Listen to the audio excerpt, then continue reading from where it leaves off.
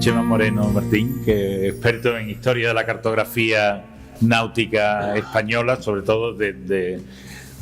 época de descubrimiento, de la sección de Edad Moderna, que ha sido, autor de numerosas publicaciones y comisario también de una exposición que tuvo mucha relevancia, la de Dueños del Mar, señores del mundo, y que hacía un correlato muy efectivo de cómo precisamente también la cartografía ha sido un instrumento de poder y de expansión, un vehículo de expansión en la historia de España muy importante. Bueno, agradecía a Fernando sus palabras y también quería felicitar al Instituto de Estadística y Cartografía de Andalucía por la organización de estas jornadas y agradecer a su directora, Elena Manzanera, su invitación para estar aquí esta tarde, a Fernando Olmedo y a Joaquín por la coordinación. Por supuesto, al señor alcaide del Real Alcázar, que nos acoge también esta tarde, y a todos los presentes. Como propone el título de mi conferencia, hoy me voy a centrar en una aproximación a grandes rasgos de la evolución y la transformación de la imagen del mundo en los primeros mapas de la Casa de la Contratación. Y para ello voy a dividir mi intervención en 4 partes. La primera estará dedicada a los mitos en la cartografía americana, de lo cual Juan nos podría hablar porque ha dedicado parte de su obra a los mitos, pero no debemos de olvidar que la Casa de la Contratación nació en una época de mitos. En la segunda parte hablaremos del origen de la Casa de la Contratación y específicamente de la figura del piloto mayor y de la creación del padrón real. En la tercera veremos algunos de los mapas que salieron de la Casa de la Contratación y finalizaremos con las conclusiones. Como podemos ver, en las primeras representaciones del mundo, la cartografía no era una ciencia exacta ni objetiva, y aún así, el hombre europeo del siglo XV se hallaba convencido de que, con su conocimiento, heredero de las culturas griega y romana y de las revelaciones de las Sagradas Escrituras, tenía un conocimiento completo y que comprendía todo lo necesario para entender el universo. Sin embargo, esta satisfacción se vio profundamente perturbada por el descubrimiento de Cristóbal Colón y el hallazgo de un mundo nuevo en todos los sentidos. Y dado que ese nuevo mundo no había figurado en la sabiduría clásica, se abrían todas las posibilidades que la imaginación podía concebir. Todo era posible en él, incluyendo lo menos probable. Fue un momento decisivo para inventar, imaginar sin ningún límite. Todo podía existir y ser posible, y el cartógrafo era el encargado de hacerlo visible. Por esta razón, antes de comenzar a merodear por los pasillos de la Casa de la Contratación, es necesario que nos situemos en sus alrededores, en el mundo de principios del siglo XVI, para comprender realmente la labor de esta institución, porque no debemos olvidar que la Casa de la Contratación, que se convirtió en el paradigma de la ciencia y del desarrollo tecnológico del momento, nació en un mundo de mitos, mitos contra los que habría que luchar e ir eliminándolos de los mapas. Así, para entender el mundo en el que nació la Casa de la Contratación, hay que verlo desde una doble perspectiva: la científica, con sus mapas, sus maestros, sus instrumentos, sus libros, que luego veremos, y la perspectiva mitológica, porque las Indias, las Islas de las Especias, América, desde antes ya de su descubrimiento, entraron en la categoría de lugares legendarios y mitológicos, y lo primero que se hizo antes de darle forma fue figurárselos, imaginárselos. Y es posible levantar un mapa de un lugar imaginario. Pues la verdad es que la historia nos ha enseñado que no solamente es posible, sino que también es necesario e inevitable, porque para construir una historia, lo primero que hay que hacer, lo preciso, es levantar un mapa y situar el escenario en el que van a ocurrir los acontecimientos en los que se verán envueltos nuestros protagonistas. Ciertamente sería impensable un mundo sin mapas, puesto que el hacer mapas siempre ha sido una necesidad vital para apropiarse de un sector del espacio, incluso aunque lo representado ni siquiera exista. El mapa nos daba una prueba tangible, auténtica de presencia, de dominio, de poder. Históricamente, la propiedad del mapa ha certificado la posesión del espacio que representaba, y los mapas se convirtieron en poderosas armas en manos de los gobernantes, y con el mapa se poseía el espacio, pero también los mitos y las leyendas que se situaban en aquel espacio. Efectivamente, los conquistadores españoles, entre otras muchas cosas, además de su lengua, de su religión, de sus costumbres, también llevaron a América una serie de creencias geográficas basadas en la mitología y en las leyendas medievales que ahora pensaban encontrar allí, y eso lo plasmaron en los mapas. Para entender la idea del conquistador, basta con fijarnos en algo tan evidente y básico en un mapa como la toponimia, es decir, los nombres de los lugares en los mapas. Fíjense, para entenderlo, cómo el señuelo del oro y las riquezas inundan de topónimos alusivos toda la geografía americana. Aquí tenemos, por ejemplo, Castilla del Oro, Castilla Aurífera, según podemos leer en la cartela. Aquí tenemos Costa Rica, ahí está Costa Rica, la Costa Aurífica, la Isla de las Perlas. Son tan solo una pequeña muestra de la obsesión que dominó a los españoles en la conquista. Lo cierto es que la mayoría de estos mitos fueron desapareciendo durante el siglo XVI al avanzar la exploración de América tanto por mar como por tierra, y sin embargo algunos de ellos perduraron durante siglos en la geografía y consecuentemente en la cartografía. Uno de ellos, por ejemplo, fue la Gran Quivira, situada en las costas del Pacífico, que impulsó las expediciones españolas y que también, como vemos, quedó reflejada en los mapas. Otro mito que perduró en el tiempo es el del Estrecho de Anián, que impulsó las expediciones españolas y que, el Estrecho de Anián, que era pues ese deseo que teníamos de encontrar un paso para atravesar el continente americano para buscar ese camino de las Indias. Otro mito que pervivió fue el de California, que también entró en la historia desde la leyenda. Se trataba de una tierra fértil para la imaginación, y así la convirtieron en una isla poblada de amazonas y cuyos horizontes ofertaban ciudades de oro. Otro de esos sueños, el que buscaba la fuente de la juventud en la isla de Bimini, fue el que llevó a Juan Ponce de León en 1513 hasta la Florida. Y esta búsqueda de la fuente de la juventud reaparecerá en 1519 en el Atlas Miller, que ahora vemos, ¿no?, que situaba Bimini y lo ilustraba con una escena de la fuente de la juventud que, identificamos una especie de paraíso, ¿no?, tal y como podemos ver. Y este Atlas Miller es una buena prueba de que se vivía entre la leyenda y la ciencia, pues algunos de sus autores, precisamente los Reinel, Pedro y Jorge, padre e hijo, son los que por estas mismas fechas trabajaban también para el viaje de las Molucas de Magallanes y Elcano, que nos acercan ya a Sevilla y a su casa de la Contratación. Y así entramos en el segundo apartado, el inicio de la cartografía americanista, ¿no? Dejando los mitos a un lado, pero no olvidándolos, lo cierto es que en poco más del cuarto de siglo que transcurrió entre el descubrimiento de América y la partida del viaje de Magallanes y Elcano, el mundo había cambiado más que nunca. En tan corto espacio de tiempo para la historia,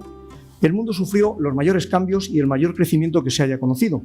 pues había aparecido un nuevo continente y Magallanes se disponía a encontrar el paso que pusiera en comunicación el Océano Atlántico con el Mar del Sur, que tan solo unos años antes Vasco Núñez de Balboa, en 1513, había descubierto. Por lo tanto, las posibilidades de la conquista que América brindaba pues se intuían extraordinarias, lo que hacía preciso controlar las nuevas tierras y especialmente los nuevos mares, las nuevas rutas. Y para ello había que crear nuevas instituciones y nuevos mapas certeros, reales, en los que fueran desapareciendo esos mitos medievales, y estos nuevos mapas van a estar ya controlados por primera vez por el Estado. Si bien la fecha de 1492 marca una efemérides en la era de los descubrimientos atlánticos, no es más que la conclusión de un proceso que se inició en el segundo tercio del siglo XV con las exploraciones de castellanos y portugueses en las costas de África. Y estas exploraciones supusieron replantear y revisar las técnicas de navegación y de pilotaje que se habían empleado hasta entonces. Se pasó así de navegar por el Mediterráneo, el Mare Nostrum de los romanos, el mar grande de la Biblia, sin perder de vista las costas y sus accidentes, a engolfarse, a meterse de lleno en un Atlántico sin referencias geográficas precisas ni antecedentes de otras navegaciones. El descubrimiento del Nuevo Mundo trasladó el foco de interés geográfico, político y comercial de los monarcas castellanos desde el mar Mediterráneo al Océano Atlántico, y la forma de navegar pues también cambió. Se abandonó esa navegación de cabotaje, pues esa forma de navegación costera en el Mediterráneo no servía para un mar abierto y desconocido. El estudio de las corrientes marinas, los regímenes de los vientos, la mejora en la técnica de construcción naval, la observación de los astros, fueron todos ellos factores que mejoraron la navegación y, como consecuencia, la cartografía. Y esta creciente dimensión del comercio con el nuevo continente exigió la creación de un organismo que se ocupara de su control y de su reglamentación. Y para tal fin se creó la Casa de la Contratación en Sevilla, que fue la institución que reguló el comercio con América y concentró el desarrollo tecnológico y científico destinado a facilitar a los navegantes los buques, los instrumentos y los conocimientos náuticos necesarios para sus viajes al Nuevo Mundo.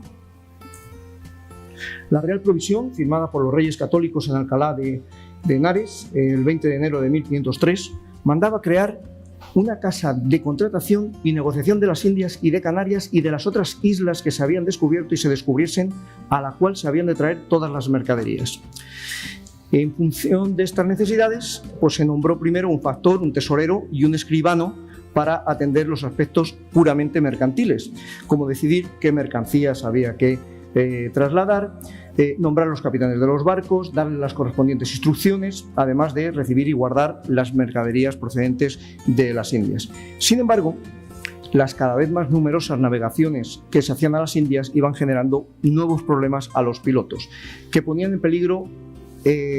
serio el éxito de la aventura americana, por lo que bien pronto se vio la necesidad de dotar a esta organización meramente mercantil de una infraestructura científica para abordar los abundantes problemas que se iban planteando. Así, por Real Cédula del 6 de agosto de 1508, se creó la figura del piloto mayor, que recayó en Américo Vespuccio,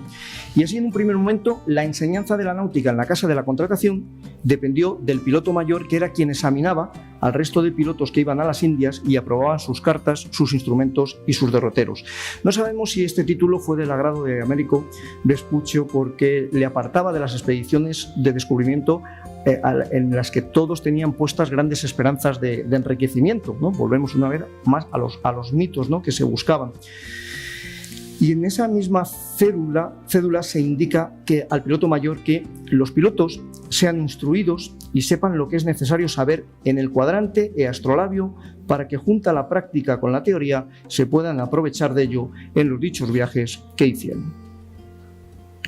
La figura del piloto mayor de la Casa de la Contratación de Sevilla fue el pilar de los estudios geográficos de la institución, pero con el paso del tiempo, la práctica aconsejó que entre todos los pilotos que trabajaban en el entorno de la casa, se nombrase a alguno con el que repartir las tareas del piloto mayor.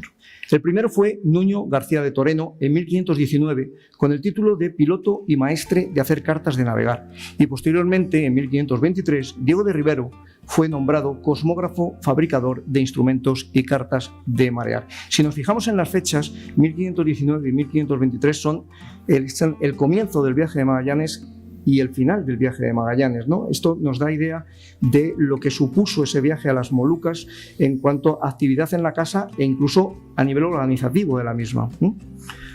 Bien, pues sin abandonar ese mismo año de 1508, al tiempo que se crea el cargo de primer piloto mayor, pues con el fin de unificar y de reglamentar todas las noticias que regresaban en cada viaje, se le encargó a Américo Vespuccio establecer un modelo de carta de marear denominado Padrón Real,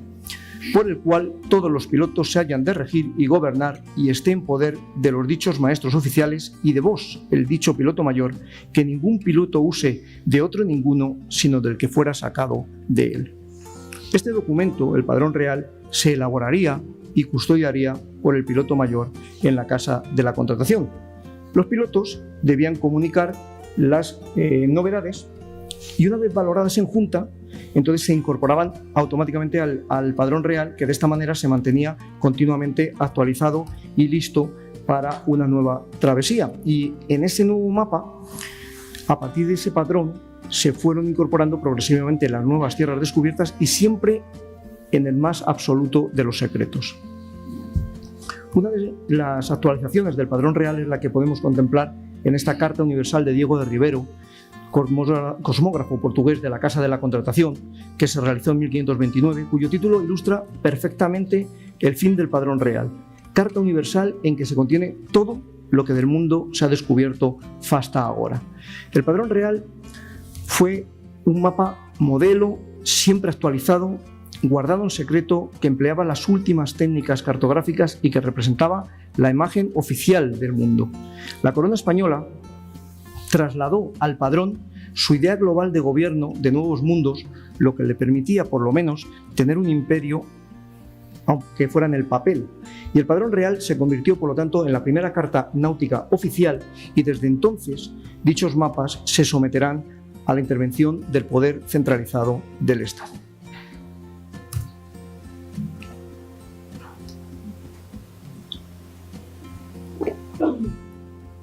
Bien, y entramos así en la tercera parte, y para conocer la obra de los pilotos vamos a ver a continuación pues algunas de las cartas de la Casa de la Contratación que han llegado hasta nosotros y que la práctica totalidad de los estudiosos coinciden en señalar como procedentes de la Casa. La mayoría de ellas se encuentran en bibliotecas extranjeras y la creencia general es que la mayoría de las cartas universales que han pervivido hasta nuestros días estaban destinadas a regalos a grandes mandatarios o reyes y a resaltar los descubrimientos españoles en las nuevas tierras. Estamos hablando prácticamente de documentos políticos al tiempo que de mapas. Y para contemplar estos mapas vamos a dividir la primera mitad del siglo XVI en 4 partes. De 1492 a 1503, con el descubrimiento de las Indias, de 1503 a 1519, un nuevo continente y la búsqueda del paso hacia las Indias. De 1519 a 1529, la primera vuelta al mundo y sus consecuencias, y del 29 al 52, del Tratado de Zaragoza a las nuevas ordenanzas de la Casa. La primera fase se iniciaría con el descubrimiento de América en 1492 y se ocuparía de esos viajes que se llevaron a cabo inmediatamente después del descubrimiento, ¿no? Hasta 1503, cuando se crea la Casa. El motor geográfico de esos viajes pues era comprobar, evidentemente, si lo descubierto precedía al continente asiático, y los viajes de esta primera etapa se dirigieron hacia la costa norte de América del Sur y del Caribe. En el segundo viaje Colón llegó a las Antillas Menores, en el tercero descubrió tierra firme. Otros viajes son los de Pedro Alonso Niño y Cristóbal Guerra, Vicente Yáñez Pinzón, que cruzó el Ecuador y llegó hasta Brasil, Diego de Lepe, de Mendoza, Rodrigo de Bastidas con Juan de la Cosa, Núñez de Balboa, Andrés de Morales, en fin. Pero de todo esto se han conservado, de toda esta gran actividad que hubo en ese tiempo, se han conservado pocos mapas que reflejen esa extraordinaria expansión. Existe un bosquejo de la isla de la Española, que fue el primer asentamiento de los castellanos bajo la administración de la familia Colón y desde donde se organizaban los descubrimientos. Pero, sin ninguna duda, para ilustrar este periodo, lo mejor es detenerse en la carta de Juan de la Cosa, el primer mapa que representa el Nuevo Mundo, pero que, sin embargo, mantuvo patrones clásicos que ya aparecían de una manera clara en el Atlas catalán de Cresques en 1375, más de un siglo antes. Y es que, aun concediendo a la Carta Universal de Juan de la Cosa el privilegio de ser el origen de la cartografía de América de la escuela sevillana, y aun situándola en el principio de la cartografía moderna, no debemos olvidar que es la herencia inmediata de los portulanos mediterráneos, por lo que no podemos obviar sus raíces todavía medievales. El auténtico valor de este documento cartográfico reside en 3 razones fundamentales. La primera ya la he dicho, la primera vez que se representa el continente americano. En segundo lugar, se trata de una carta que significa la transición desde una cartografía medieval a una cartografía ya renacentista. Y por último, la carta de Juan de la Cosa sería el prototipo o el modelo del futuro padrón real que empezará a implantarse en la Casa de la Contratación a partir de 1508, por lo que estaríamos ante el primer mapa producido oficialmente por el Estado, que en este caso sería la Corona de Castilla. Está firmada y datada en el interior de una cartela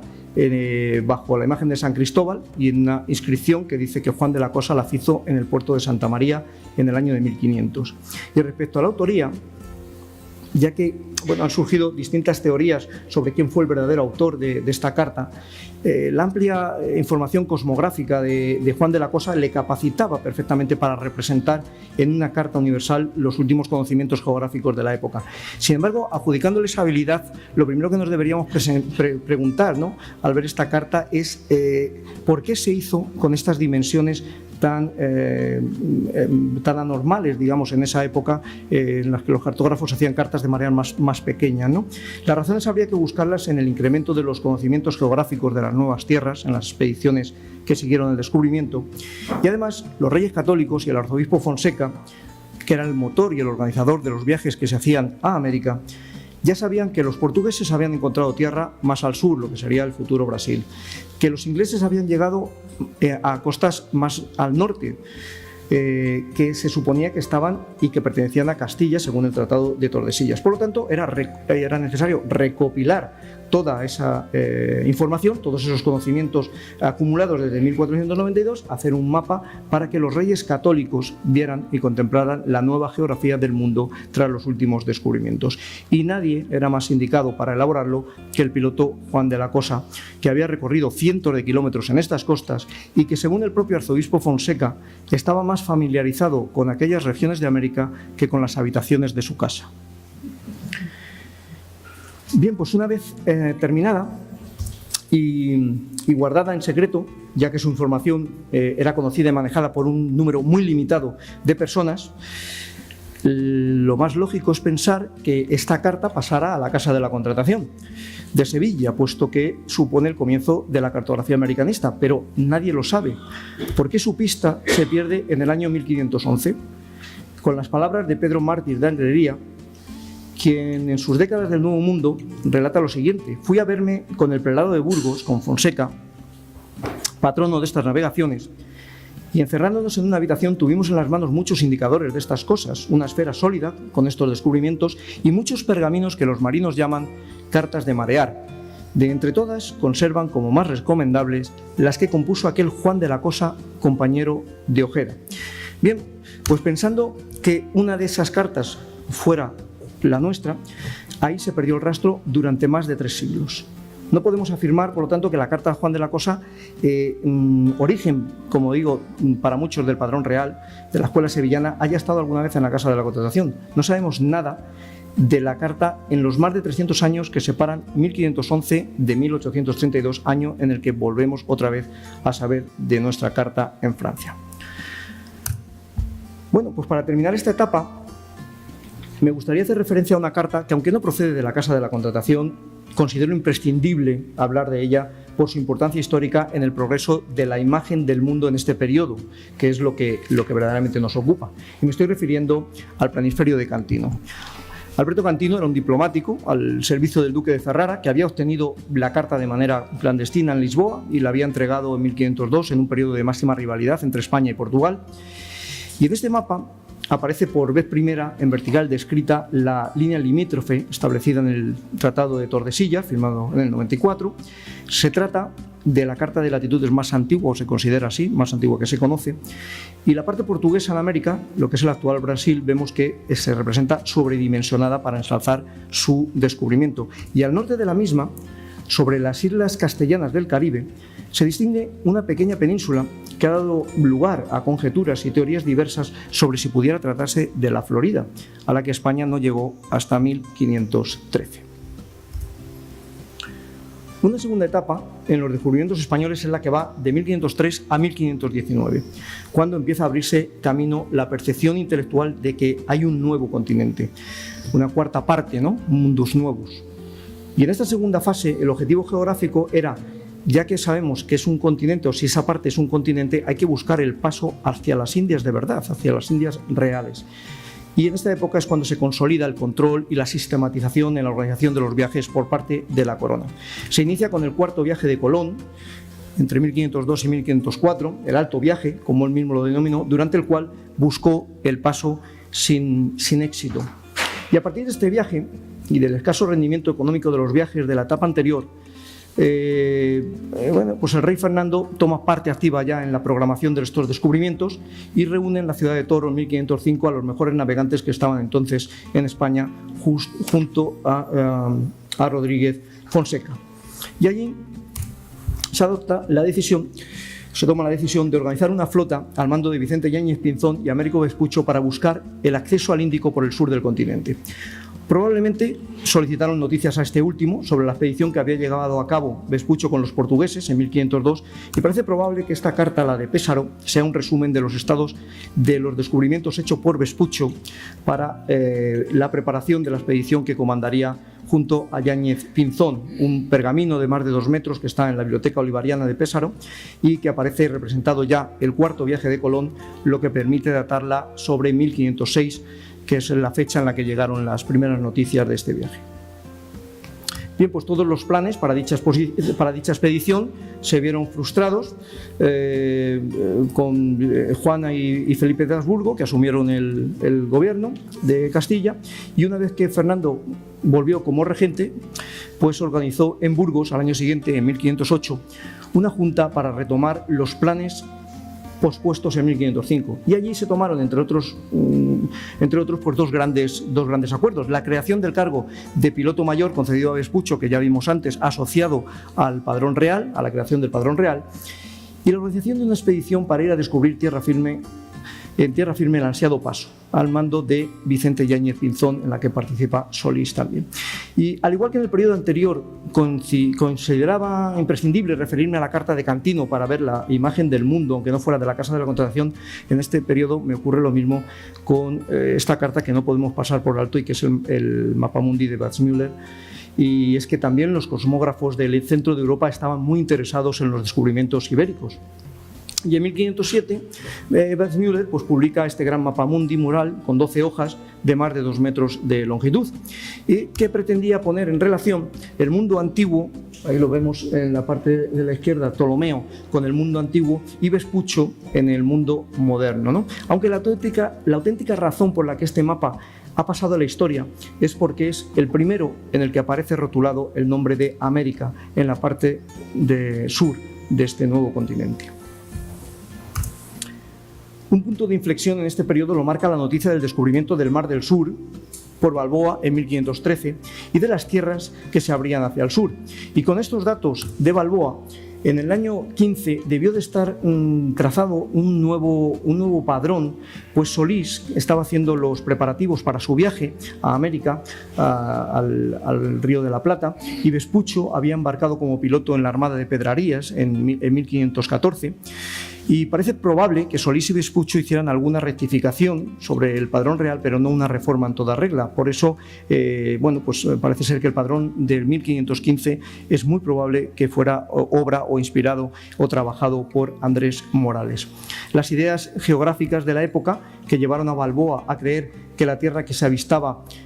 al sur del Istmo de Panamá era una península por donde estaría el paso están expresadas en esta carta que ha llegado a nosotros, que hemos visto ya anteriormente, que daba cuenta de ese descubrimiento, la carta de las Antillas y Sudamérica, que más o menos hay que fechar entre 1518 y 1519, y tiene todos los descubrimientos que no fueron incorporados en el padrón anterior de Morales. Y la autoría de esta carta se le otorga a Nuño García de Toreno como muy probable, ¿no? En esta carta de las Antillas y de Sudamérica, en el Pacífico, cerca de Panamá, hemos hablado antes de él, ¿verdad? Ese amplio texto en latín que nos informa de la carta que envió Núñez de Balboa al rey, en la que solicitaba esos 500 hombres para ir en busca del mar del que le hablaban los indígenas, ¿no? En la carta no están representados todavía, claro, los descubrimientos de Cortés en México, que empezaron en el 19, ni la fundación de Panamá por Pedrarías Dávila ese mismo año. Los últimos descubrimientos mostrados en la carta se remiten a la península de Yucatán, descubierta en 1517 por Francisco Hernández, y la isla de Cozumel en 1518 por Juan Grijalva, por eso es por lo que conjeturamos con que sea la fecha 1518-1519. Y no resulta tan sorprendente que no estén reseñados los descubrimientos de Solís en el Río de la Plata, que tuvieron lugar en 1516. Sí comprobamos que en ninguna carta de esta época prácticamente aparecen. La única explicación es evidente, ¿no? No dar información sobre ese viaje fracasado cuando se estaba preparando una magna expedición del portugués Magallanes a las Molucas. Bien, pues una vez entramos en la siguiente etapa, una vez aceptado el plan de Magallanes por el rey, la preparación de una armada para llevarlo a cabo supuso una gran actividad en la Casa de la Contratación y un esfuerzo cartográfico muy importante, pues hubo que hacer gran cantidad de cartas para las flotas, incluyendo los datos aportados por Magallanes y sus compañeros portugueses. Y hasta aquí puedo leer, como decía, un famoso concurso de televisión con el que hemos nacido, con el que hemos crecido, algunos de los que aquí estamos. Aquí voy a hacer un paréntesis, pues no quiero navegar por aguas que no son de mi jurisdicción, y toda la cartografía relacionada con el viaje de Magallanes, desde sus preparativos, desde esa carta Kutzmann hasta los primeros mapas que derivaron de la gesta, pues serán mañana tratados con todo detalle y detenimiento por mi compañera Carmen Manso. Y aprovecho también este paréntesis para recordar al doctor Vallejo Nájera, que decía que un ser humano es incapaz de aguantar a un semejante más de 30 minutos, 31, que las caras de atención y las sonrisas empiezan a cambiar por miraditas al reloj, nos empezamos a mover en las sillas, y yo con esto aprovecho para decirles que voy a ir finalizando ya mi intervención. Y lo voy a hacer con el último apartado ya dedicado a las cartas de la Casa de la Contratación, porque desde el viaje de Magallanes y Elcano, los viajes españoles son de una frecuencia elocuente, como vamos a ver a continuación. Pedro Martí de Anglería llegó a decir en 1525 que de nosotros a las Indias y de las Indias a nosotros es más frecuente el ir y venir de las flotas que el de los animales a las ferias. Esto da cuenta del tráfico, ¿no?, importante que había. Y en esta parte vamos a ver cómo cada renovación del padrón, cada renovación de los mapas de la Casa de la Contratación viene acompañada de la presencia en la misma de los visitadores del Consejo de Indias, que, entre otras cosas, vienen para tal fin, ¿no?, para modificar ese padrón. Y así, en 1535 llega a Sevilla el visitador Juan Suárez de Carvajal para poner al día el padrón que se mandó a hacer en 1526, después de la Vuelta al Mundo, por los pilotos de la Casa de la Contratación. Y en este nuevo padrón de 1535 pues intervienen Alonso de Santa Cruz, Alonso de Chávez, Francisco Falero, Caboto, Diego Gutiérrez, Pedro Medina, y al parecer, pues tras muchas discusiones, firmaron o se llegó a un padrón que es que inspirado en este que vemos aquí, esta carta anónima de 1533, que debió de ser la base para el padrón y que presentó Alonso de Chávez y que fue aprobado por el visitador Suárez de Carvajal. Aquí vemos que únicamente presenta 2 hojas. En 2 hojas aparecen los descubrimientos orientales de Filipinas y el Maluco y de la parte de América. Sencillamente entendemos que es por tratarse de las zonas con mayor interés para la corona. En 1544, el Consejo de Indias envía al licenciado Gregorio López para hacer una nueva visita a la Casa de la Contratación para realizar una nueva renovación del padrón. Y en aquella nueva revisión tuvo mucho peso el sevillano Alonso de Santa Cruz, que fue nombrado cosmógrafo de la Casa de la Contratación en 1536. Esta es su obra más conocida, el Islario General, que comenzó con Carlos V y finalizó con su hijo Felipe II. Aunque se conocen 4 ejemplares en todo el mundo, la única copia completa que se conserva es la de la Biblioteca Nacional de España, en Madrid. Y la curiosidad que presenta este ejemplar es que en la portada, en lugar de aparecer el nombre de Santa Cruz, este fue raspado y aparece el de García de Céspedes, al igual que la dedicatoria, en la que el rey Felipe II también ha sido raspado y se ha colocado Felipe III. Esta obra es un compendio de todas las tierras del mundo conocido. Elaboró 7 padrones, 7 cartas náuticas generales del mundo. Destaca entre ellas esta del Estrecho de Magallanes. Contiene más de 100 mapas, 111 en concreto, y a la descripción de las islas además añade tablas con información sobre su ubicación, su tamaño, su historia. Y 5 años más tarde, en 1549, un nuevo visitador, Hernán Pérez, llega a la Casa de la Contratación para hacer una nueva revisión del padrón, y en este caso la Carta Universal de Sancho Gutiérrez de 1551 pudo muy probablemente haber inspirado el padrón que salió de esa visita, ya que su autor, además de pertenecer ya al entorno científico de la casa, era hijo de Diego Gutiérrez, o sea que llevaba tiempo ya en la casa, fue nombrado cartógrafo de honor sin sueldo en 1549. Es una de las cartas más grandes producidas en la Casa de la Contratación, posiblemente la más grande, tiene 3 metros, 36, y en la representación del Estrecho de Magallanes pues ya se han incluido los últimos descubrimientos de las costas chilenas de Valdivia, así como las últimas noticias de Villalobos en las Molucas en 1542. En el interior de Asia y de África abundan leyendas, imágenes relativas a los relatos medievales inspirados en fuentes clásicas. En América nos encontramos con los gigantescos patagones, las indomables amazonas, volvemos a los mitos, iguanas, llamas, extraños pájaros en representación, y tiene muchísima literatura, hay múltiples leyendas. Bueno, pues estas son las primeras imágenes de un mundo nuevo, de un mundo en crecimiento, ¿no? Y así llegamos a las conclusiones al final, ¿no? Y la fecha de 1552 con la que yo acoto mi intervención no es caprichosa, y me ajusto a dos razones fundamentales. La primera razón es porque en 1552 la sección cosmográfica de la casa sufrió una importante remodelación que se reflejó en dos acontecimientos de relieve: el establecimiento de unas nuevas ordenanzas reales y la creación de la Cátedra de Cosmografía. Esas ordenanzas de 1552 redefinieron las tareas del piloto mayor, al tiempo que recordaban la obligación de usar solo aquellas cartas de marear que habían sido construidas de acuerdo al padrón real. Antes de todo esto hubo un conflicto importante con cartas de doble graduación, con Caboto, en los años 40, y ahora con todo esto ya se ha terminado, y por eso estas ordenanzas, digamos, que vienen a refrendar el valor del padrón real, que es el que habría que seguir, ¿no? Y el objetivo de estas ordenanzas era restringir y delimitar por parte de la corona la producción de cartas en el entorno de los viajes del Nuevo Mundo y dar mayor legitimidad al padrón real, como digo.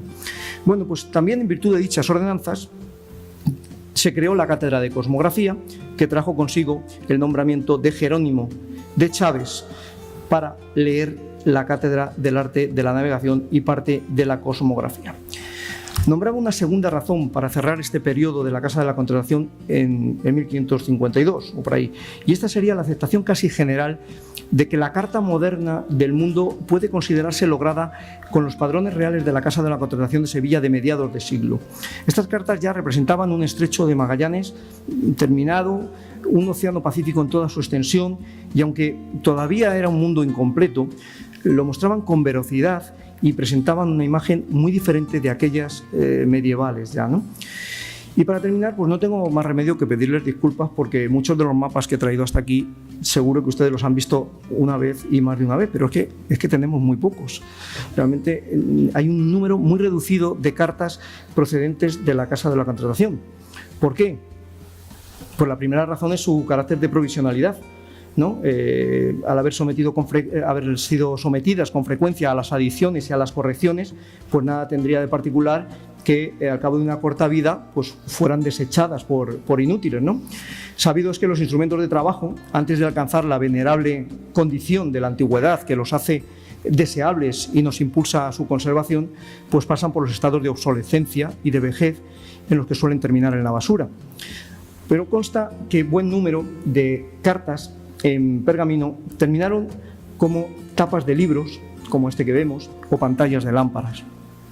También aquella casa sufrió un terrible incendio en 1604, en el que ardieron muchos documentos, y otros se enviaron en diferentes fechas a los monarcas que deseaban tenerlos a mano y pudieron perderse en los incendios del Real Alcázar de 1734 o de la Biblioteca del Escorial en 1671. Tampoco hay que olvidar la depredación de las tropas napoleónicas durante la Guerra de la Independencia. Y por echarle la culpa a alguien en concreto, con nombres y apellidos, que es práctica muy común cuando de despropósito se trata, hubo en la casa un cosmógrafo desleal llamado Villarroel,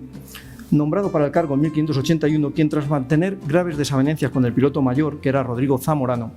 huyó secretamente de Sevilla a Burdeos en 1595, llevándose al parecer los papeles, los padrones que tenía a su cargo y secretos de la navegación a Indias, de todo lo cual quedó constancia judicial. De todas formas, aceptaremos que la incuria de nuestros antepasados habría influido bastante en la pérdida, en el extravío o en el desconocimiento de muchos ejemplares de aquella cartografía sevillana, pero para descargo nuestro les recordaré que actualmente museos, bibliotecas y archivos españoles están empeñados en continuar con el inventario y el catálogo de lo que aún queda, que aunque corto en cantidad, es grande en calidad. Buenas tardes y muchísimas gracias a todos.